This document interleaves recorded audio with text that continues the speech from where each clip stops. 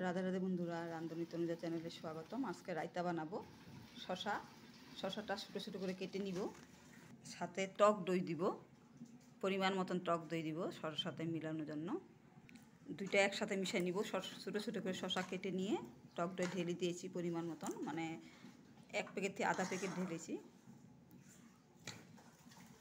দেখো আধা প্যাকেটের মতন ঢেলেছি, সাথে মিলিয়ে নিয়েছি শশা আর টক দই একসাথে। ধনিয়া পাতা ছোটো ছোটো করে কেটে নিব, ছোটো ছোটো করে ধনিয়া পাতা কেটে নিয়েছি।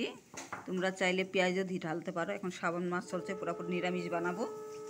গুলিন্দা ঢালতে পারো, গাজর ঢালতে পারো, বাড়িতে নেই এগুলি। এই যে শর্টকাট দেখাচ্ছি তোমাদেরকে। মুড়ি পিষে নিয়েছি, গুলমুড়ির সাথে একটু মিশিয়ে নিব।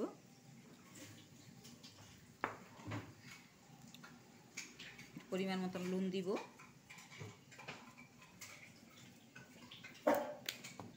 জিরার গুঁড়ো ধনার গুঁড়ো দিব, কালারের জন্য লঙ্কার গুঁড়ো দিব, এখানে একটু চাট মশলা দিব। এখন সুন্দর কালার হবে, সবগুলো একসাথে মিলিয়ে বানাবো। সাথে বিরিয়ানি মশলা দিব।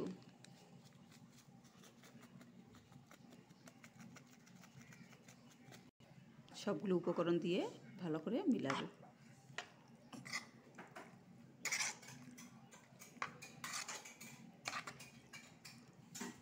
একদম সহজ পদ্ধতিতে হয়ে গেছে, কত সুন্দর হয়েছে। গরমের দিনে খুব উপকারিতা, আর খেলেও খুব ভালো টেস্ট লাগে। বিরিয়ানির সাথে ভাতের সাথে খেতে পারো, অনেক টেস্টি হয়।